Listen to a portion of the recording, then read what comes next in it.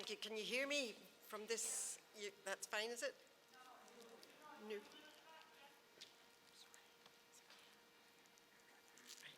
Can you hear me now? Right, it's just my voice will give up if I have to shout too much. I'm delighted to be here today and to see so many people. And I think, like Alison, I thought this would be a nice, comfortable, just a few people, but here we go. Before I launch into telling you about the Rape Crisis Centre, I just want to say a very big thank you to the Scottish Government for deciding to reform the Gender Recognition Act. Because if it wasn't for that, I wouldn't be here. And it brought me back into feminist activism after a gap of 40 years.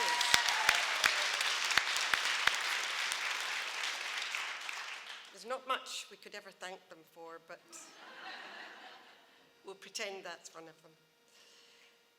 So, how did this start? It started with, I was interested in the fact that women who had been raped seemed to have no support after the rape. And Glasgow at that time was not exactly a wonderful place that was full of feminist activity. In fact, it was a dearth of feminist activity. And I did try to find if there were any groups that would do that sort of thing. There were some horrific rape cases in the mid-70s that were reported in the papers. And the feeling that somebody needed to be able to help women was very strong with me. Couldn't find any group to do with women at all at that time.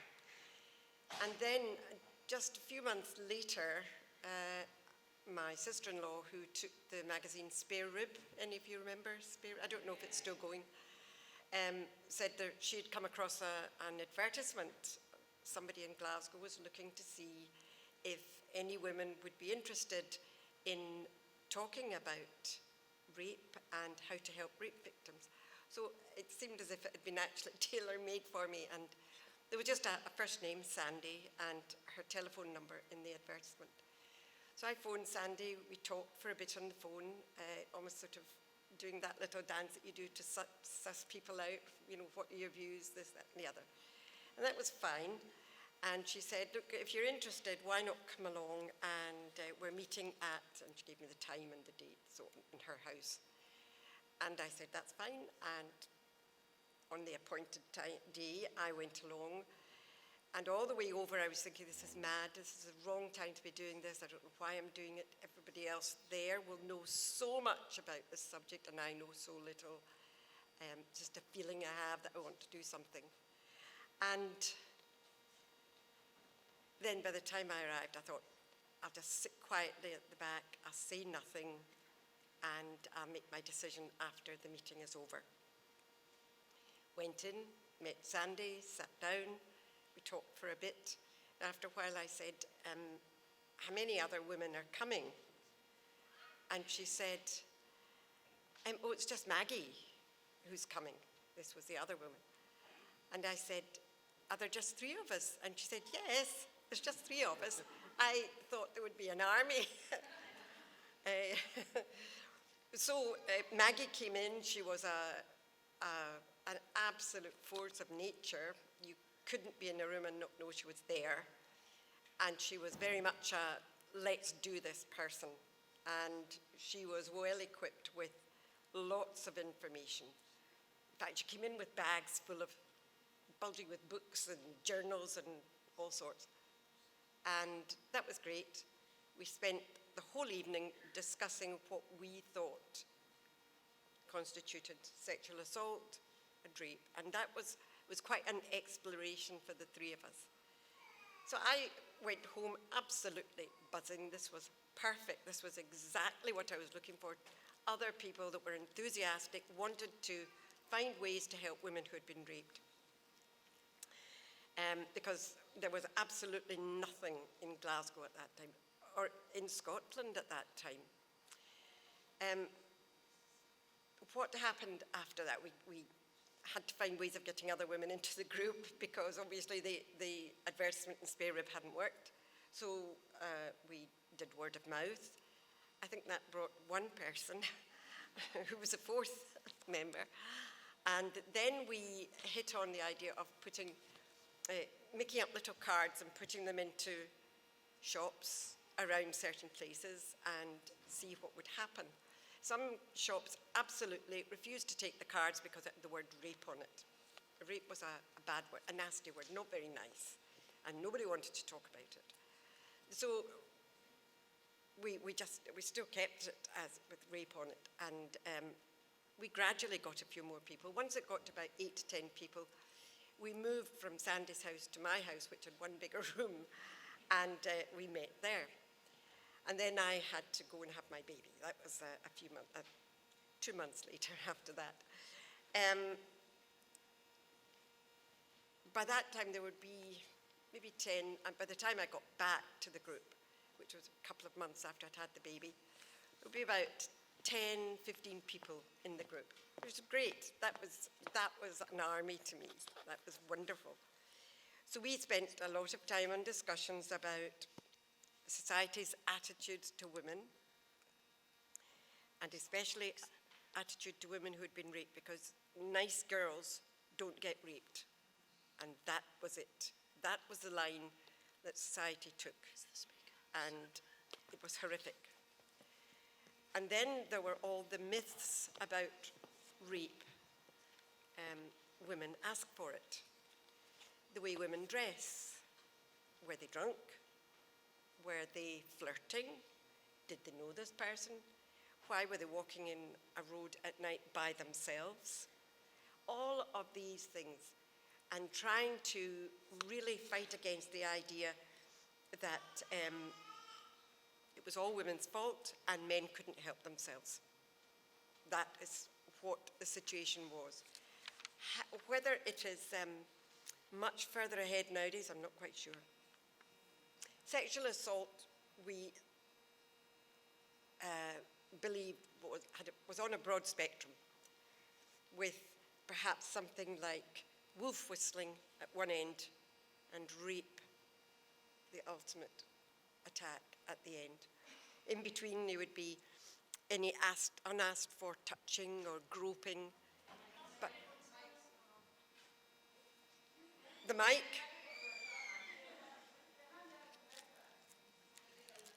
The hand one is better.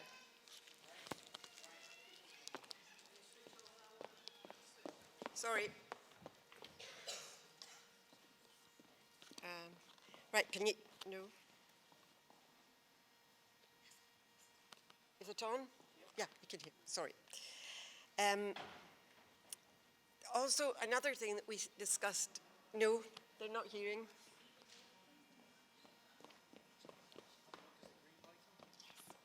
The green light is on, yes.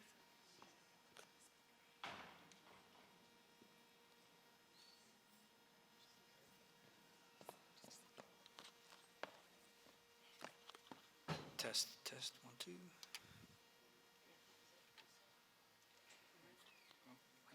Yeah, hold it close to the mouth. Can you hear me now? Right. The police attitude to rape victims at that time was very much, if a woman had not put up a fight, then they didn't believe her that she'd been raped. She had to have the visible signs of attack and visible signs of the brutality of rape before they believed that she had been a victim of rape, which is absolutely appalling, because now we know that many women who are attacked freeze on the spot. And that is, I mean, it's not just women who do that. That can also happen to men who are being attacked. But for women, it was very often for women, they just froze. They couldn't fight back, and they were disbelieved. So their cases would never get to court. They would just be discounted. There was also the lack of any care for rape victims. For example, police involvement we were quite keen to be able to take women to a police station, to accompany them there. We thought that this was an important thing to do. All right. But as you can imagine, because of the reputation that police had, women were very disinclined to do that. We felt perhaps we should be able to accompany them to the hospital if they had to attend hospital for their injuries, or go to a doctor to discuss what tests they might have to have. For example, pregnancy testing, STD testing, and then ultimately, if their case came to court, then we would accompany them there too. All of these things were up for discussion. And as we got more and more women into the group, one of the things that was immensely interesting was that new people coming in brought new ideas, things we hadn't thought of, things that challenged our own views, and that was tremendously important, because you can go along with your views and you can talk to an echo chamber, and we know that now. We can see it. It's in action in Holyrood at the present moment, and that's why we're here talking. One of the other things that we had to discuss was how would we raise funds. Not sure we ever came to a conclusion about that one, because it was mighty difficult. We were just a group. We didn't have any status. Not very many people knew about us. And we were just there trying to work out, where do we go from here? Things did happen. They did start to change, and that was pretty good. The first thing that we did was we drew up a list of places and people and organizations that we needed to contact, who we would maybe come in contact with as the result of helping women. One of the places that we went to visit, or I would say visit, we went to have a meeting with the Glasgow Women's Centre. Anybody here from? Yep. And they were a good, strong group in Glasgow in the 70s. Now, I have to say we didn't really know very much about them. It was new people who were coming into the group who told us about them, and that was great. We thought, this is marvelous. Where is this? Why didn't we know? And we went to meet them. I think they were a little bit miffed about our group, because we were young pups that just sprang up out of nowhere, and we hadn't even come to talk to them in the first place. We didn't know they were there. But we hadn't come to talk to them. So the sort of start was a bit rocky, let me say. There were quite a few of us, and we were pretty scared too. And also, we didn't, because we had this belief in helping women who had been, and I use the word victims, and I apologize, I know it's survivors now, but women who had been raped. That didn't fit into any sociological philosophy or ideology at that time. So we were a bit odd. I think they saw us that way. We tried to explain that we were socialist leaning, and we had no political affiliations. But if they tried to say, well, are you feminists? We would sort of look at them and say, well, are we feminists? You know, well, yes, we're feminists. Because women, the word feminist, even in those days, was not particularly, wasn't always a good one. We were called women's libbers, and that wasn't a good word, or a good phrase either. And the meeting ended, and we were quite friendly with them, and that was great, and we were happy about it. And off we went. They actually were very, very good to us, and I can't praise them enough. From a very rocky start, we ended up good friends with them, and they were so helpful in the things we were doing. If we were making posters or banners, and they often let us work in their centre to do it. We also at that point discovered that there was a rape crisis centre in London, and that was the very first one in the whole of the UK. We were the second, but in the UK. But in London, they had just published their first report, and they had been open as a centre for about a year. I've still got that first report, and it's a bit battered now, but it was really interesting.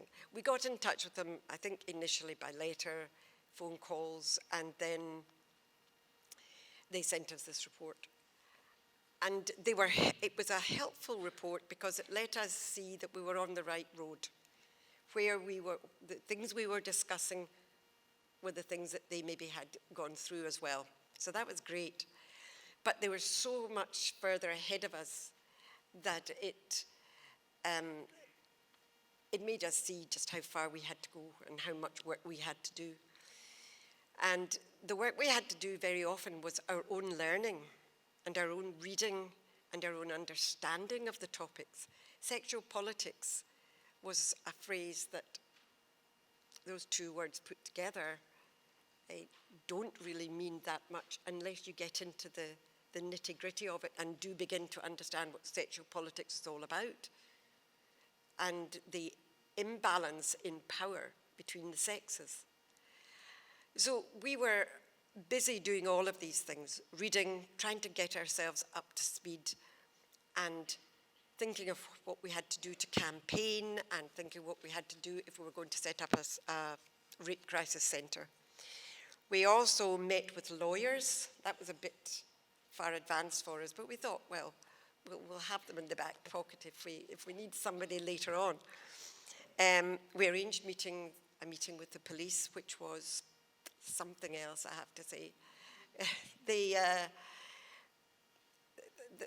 The woman we saw was very stern and just dismissed what we were trying to do out of hand and said, there's no need for something like that. There's plenty around to help women. Wouldn't guarantee that, it wasn't even guaranteed. She just said, no, we'll not inform the police officers who are involved with women who have been raped. We won't inform them about you. But if you have rape victims coming to you, you must tell us about it, which of course was a no-no for us. Sorry, I have to turn my page. The next, we had meetings with local MPs. We had a psychologist come along and give us some talks about how to help women who were suffering from the trauma of rape. Now, we weren't trying to set up ourselves up as counsellors. That was the last thing. We weren't counsellors, but we needed to know what sort of things to look out for and how to handle such situations. And that was really good. We got in touch with Citizens Advice Bureau, family planning clinics, young offenders units, and they were all, mostly I would say they were all very favourably disposed to us, and some of them were very glad we were there. Because we were hoping to become a charity, we developed a mission statement, and in that mission statement, what we set down right away was that this would be an organisation that was run by women for women who had been raped. And that was very clear in our mission statement. And that was there when we had our office, when we eventually got premises. That was what was in our office. We had we submitted our application for charity to the Charity Commission, and very glad to say that we got that. And so that was us getting well on the way to thinking, oh, it's time to go to big school now. We've got to think about actually getting premises and doing something about this, putting everything into action. One of the things that was quite important to us at that time was publicity. And Maggie was a Radio Clyde presenter, I see it's been written sometimes that she was a DJ. She would have been very annoyed about that if she'd been written. I was no DJ. She was a presenter. And she had a lot of contacts, obviously, amongst journalists and also in television. And I don't know if any of you remember a programme on BBC television many years ago called Current Account. Now, they approached Maggie and said they were very interested in doing a programme about her case, about the attack, because she was waiting for this case to come to court, but it was being constantly delayed for a variety of reasons. And they were very interested in that. And they also knew that she had been part of setting up this group. So they were really keen to do that. And they also wanted to know if members of the group would take part in this documentary as well. And after much discussion and toing and froing, some agreed to take part, others didn't, and quite understood that. And we made this documentary, or at least Maggie and the directors made the documentary. We were just add-ons, really.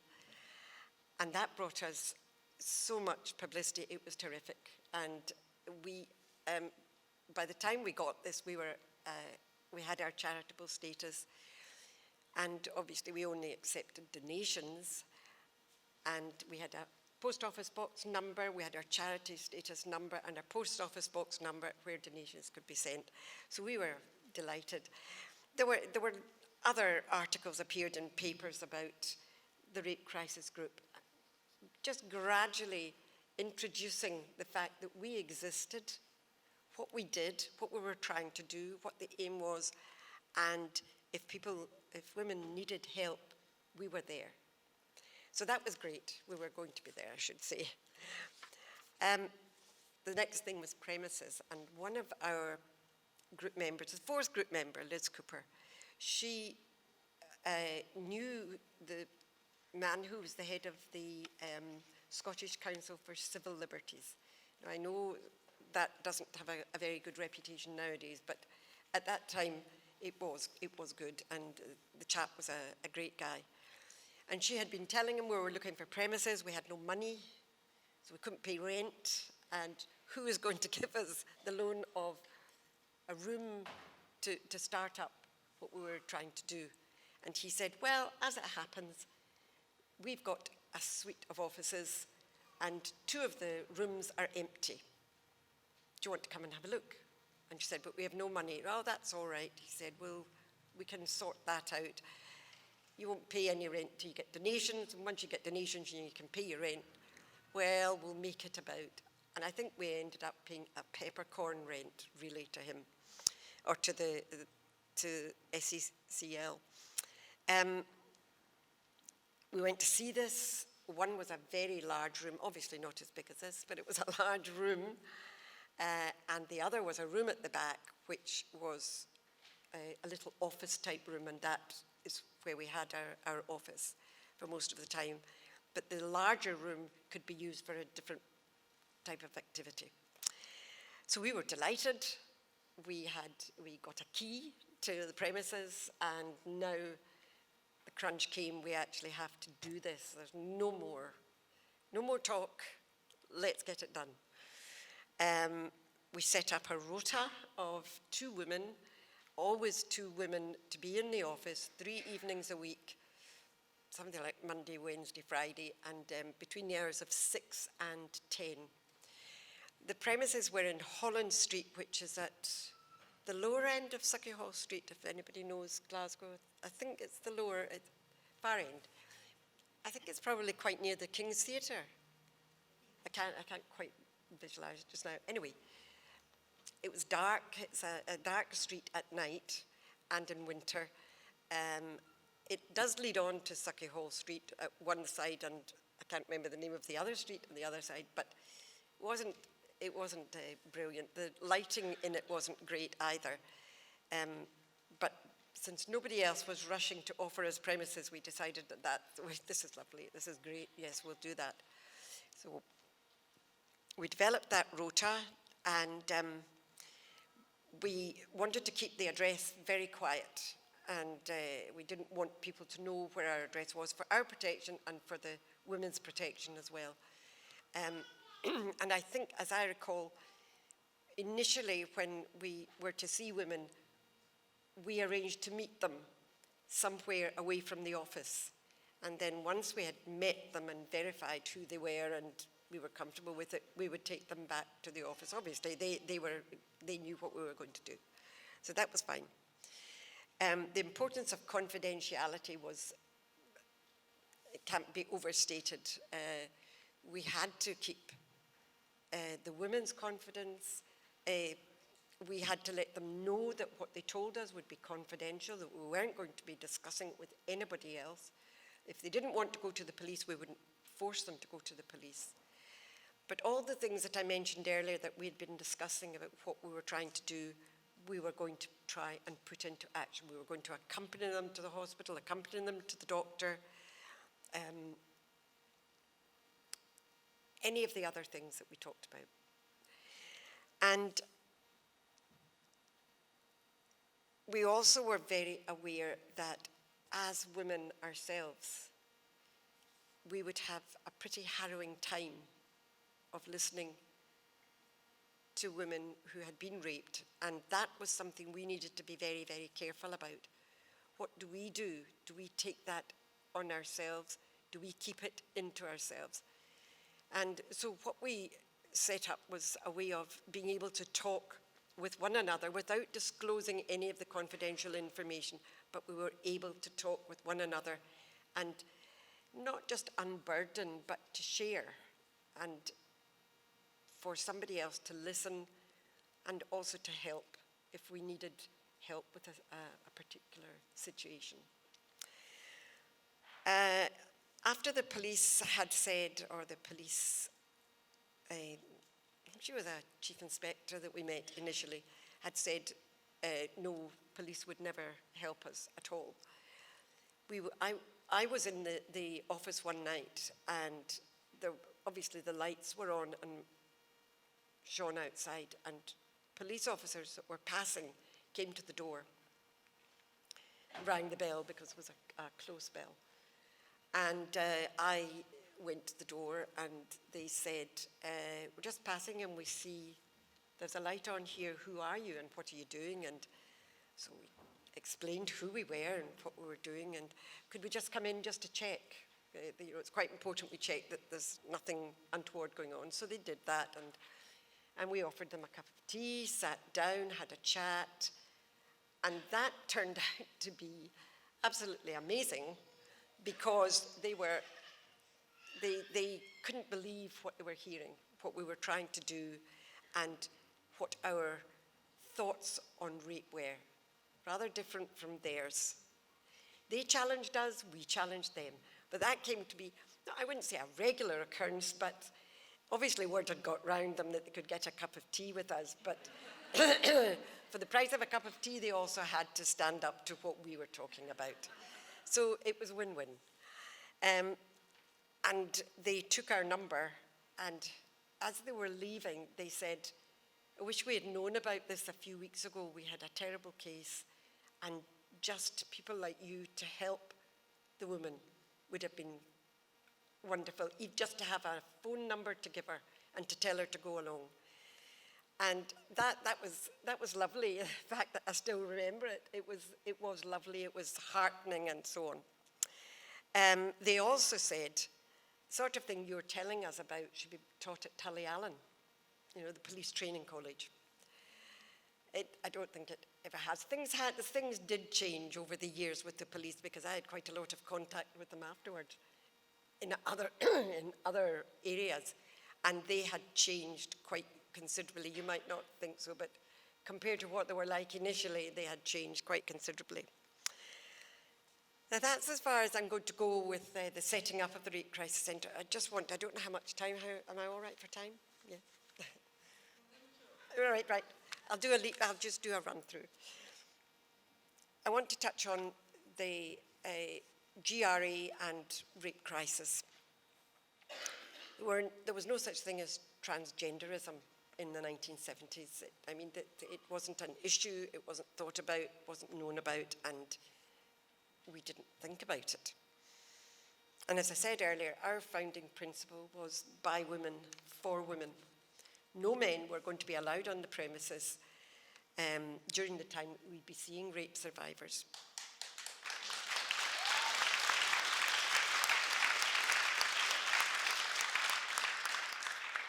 And that was adhered to. Obviously, if any workman had to come in for any reason, we would arrange a time and make sure no women would be there. But since we were mostly seeing people in the evening, that was fine. But that was our rule. Anybody picking up their partner or their wife or whatever, they had to stay outside and in their cars. They were not allowed over the doorstep. Now, the part of the GRA that's problematic for us is gender self-ID, where a man who says he's a woman will have access to women's single-sex spaces, which is what the rape crisis is and should be.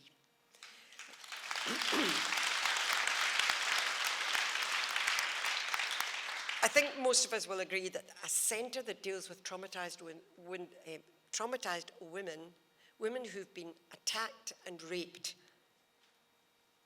should not allow any men anywhere near women in any dealings with women. That's how we set it up. And everybody in the group agreed with that. When we set it up, it was unequivocal. The Scottish Government doesn't see it that way. And the men who say they are women, even without any form of surgery or hormone treatment. And there's beginning to be more evidence coming along of women self-excluding from the Rape Crisis Centre and from Women's Aid. And that is absolutely appalling, because they are so fearful of meeting men who are the embodiment of their attacker, standing in front of them, asking them questions, or sitting in a talking group with other women who are talking about the trauma they have experienced. It's not on. It isn't on. And that is why women have talked with their feet and they've walked. And that is wrong. Women started these centres. We worked extremely hard. I ate, lived and breathed rape crisis for over 3 years. We had to learn everything we possibly could about rape and its effects psychologically and physically on women. We didn't have rich backers who could just come and wave a magic wand and suddenly we had beautiful premises. Everything was cobbled together. We used our own money to pay for things like rent. We used our own money if we were making flyers or posters or cards, and with the help of the Women's Centre very often. I don't regret one single moment of it. I would do it again, all over again in a heartbeat.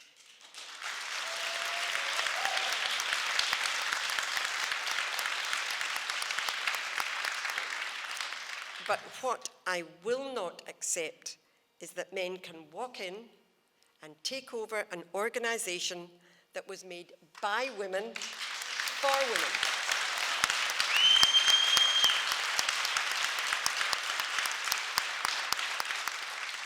Now, I'm not speaking on behalf of anybody. I'm just me. I'm just speaking about this myself. And my opinion on this now is that Stonewall and trans organisations should be setting up rape crisis centres and domestic violence centres specifically for trans people.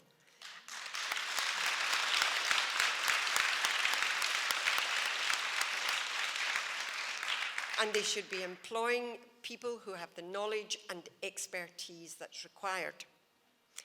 The effect of the trauma of rape on men, on women and men, is far too serious an issue for politicians and Stonewall to use for political kudos. And shame on them for doing it.